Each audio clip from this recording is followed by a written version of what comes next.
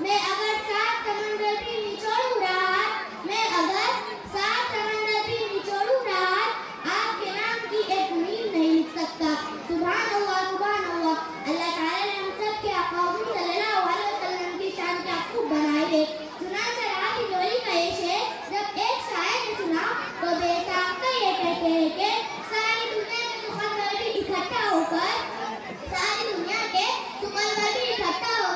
ایک سنت کی بھی توصیف نہیں کر سکتے۔ آپ کا چہرہ انور تو بہت دور کی بات، آپ کا چہرہ انور تو بہت دور کی بات، آپ کے جوتے کی تعریف نہیں کر سکتے۔ براجان ملت رب کائنات کے علاوہ دنیا میں کوئی بھی سرکار دو جہان کی تعریف بیان نہیں کر سکتا، کیونکہ جب ہم قرآن اٹھا کر دیکھتے ہیں تو قلب حیران رہ جاتی ہے کہ خود رب کائنات سرکار دو عالم کی زلفوں کی قسم کھا رہے ہیں، واللیل اذا سجا، اور اسی طرح اللہ تعالیٰ حضور صلی اللہ علیہ وسلم کی شہر کی قسم کھا رہے ہیں، وَهَذَا الْبَلَدِ الْأَمِينِ، اور اسی طرح اللہ تعالیٰ سرکار دو جہان کو قرآن میں کہیں پر حبیب کہہ کر پکارتے ہیں تو کبھی خلیل یعنی جگری دوست کہہ کر پکارتے ہیں۔ عزیزان گرامی، جب ہم قرآن اٹھا کر دیکھتے ہیں تو ہمیں نظر آتا ہے کہ اللہ تعالیٰ نے حضور صلی اللہ علیہ وسلم کو کہیں اور کو عطا فرمایا۔ مثلا کہیں پر آپ صلی اللہ علیہ وسلم کو اللہ نے یاسین کہہ کر پکارا، تو کہیں پر آپ کو اللہ نے طٰہٰ کہہ کر پکارا، تو کہیں پر آپ کو اللہ نے مزمل کہہ کر پکارا،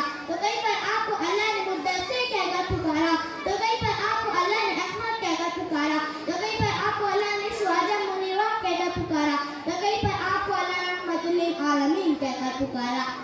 عزیزان گرامی، ذرا غور تو کریں کہ وہ خدا کے جس نے تمام مخلوقات کو بغیر کسی اسباب کے اپنی ارادے سے پیدا فرمایا، وہ خدا اپنی تمام مخلوقات میں سے اس مقدس ہستی کی زلفوں کی قسم کھائے اور کئی القاب اور کئی اچھے اچھے ناموں سے جسے پکارے، اس مقدس نبی کی دنیا میں ان کی تعریف کر سکتا ہے۔ کسی نے سچ کہا ہے، ہمارے نبی کا کوئی ثانیہ نہ آیا ہے، ہمارے نبی کا کوئی ثانیہ نہ آیا ہے، قسم خدا کی ایسا رب نے بنایا ہے۔ میرے دینی بھائیوں، آج مجھے بات بڑے افسوس کے ساتھ کہنا پڑ رہی ہے کہ جس نبی کی امت میں آنے کے لیے بڑے بڑے نبیوں نے ہاتھ اٹھا کر دعائیں کی ہے، آج ہم اس نبی کی امت میں آنے کے باوجود اس نبی کی سیرت کے ساتھ